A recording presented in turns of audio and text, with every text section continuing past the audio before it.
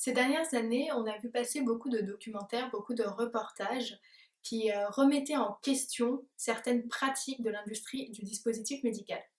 On a donc voulu comprendre si les accusations qui étaient faites dans ces documentaires étaient vraies, et pour cela, on a échangé avec Yeline Lee, qui est consultante en affaires réglementaires dans le cadre du dernier épisode des Dessous de la Pharma sur le compte de MedCheck Podcast. La première chose que l'on a appris, c'est que ces documentaires disent vrai lorsqu'ils affirment que tous les dispositifs médicaux ne sont pas testés sur l'homme. En effet, dans l'industrie du dispositif médical, on a une procédure de mise sur le marché que l'on appelle par équivalence, qui sert aux fabricants à mettre sur le marché des dispositifs médicaux sans les tester sur l'homme. Comment ça marche? Lorsqu'un fabricant conçoit un dispositif médical, il peut prouver que ce dispositif médical est similaire à un dispositif qui est déjà sur le marché. Puisqu'il est similaire, il peut donc le mettre sur le marché, le commercialiser, sans devoir refaire de tests sur les hommes. Cette approche est plutôt pratique dans le cadre de dispositifs médicaux qui sont inoffensifs, par exemple comme un abaisse-langue qu'on utilise de manière traditionnelle dans les cabinets des généralistes. Néanmoins, cette approche est beaucoup plus risquée quand on parle de dispositifs médicaux, par exemple implantables, comme les pacemakers ou les prothèses de hanche.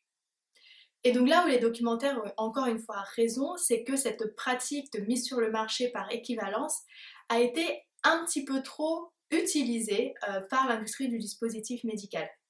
Dans certains cas, ce que nous expliquait notre experte, c'est qu'on a vu des dispositifs médicaux qui étaient mis sur le marché car ils étaient équivalents à un autre dispositif médical, jusqu'à là pas de problème, qui lui-même était équivalent à un autre, et ainsi de suite. Et finalement, on se rendait compte qu'entre le dernier dispositif mis sur le marché et le tout premier de la même classe, il y avait en réalité un assez grand écart. Puisqu'il y a eu certaines dérives, comme celle que je viens de citer, les autorités réglementaires ont changé la réglementation, ils ont durci la réglementation, et dans le prochain règlement européen sur les dispositifs médicaux qui devra sortir l'année prochaine, eh bien, on a un durcissement de ces conditions de mise sur le marché par équivalence. Une autre accusation qui est faite dans les documentaires, c'est que les industriels ne déclarent pas les effets indésirables qu'ils observent auprès des patients. Ça, par contre, c'est faux. Les industriels, les fabricants ont l'obligation de déclarer les effets indésirables constatés. D'ailleurs, les professionnels de santé doivent aussi déclarer ces effets indésirables auprès des autorités compétentes. Et dans le cas de la France, il s'agit de l'ANSM. Et dans certains cas, il y a des enquêtes pour voir d'où viennent exactement ces effets indésirables. Enfin, la dernière chose, on a demandé à Yelini si elle pensait que ces documentaires ont eu un impact sur la façon dont opèrent les fabricants et les autorités réglementaires dans le dispositif médical.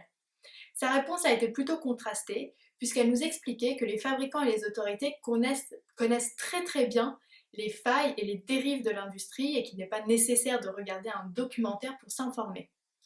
Connaissant ces failles, aujourd'hui, le cadre réglementaire a tendance à se durcir et mettre au premier plan la sécurité des patients.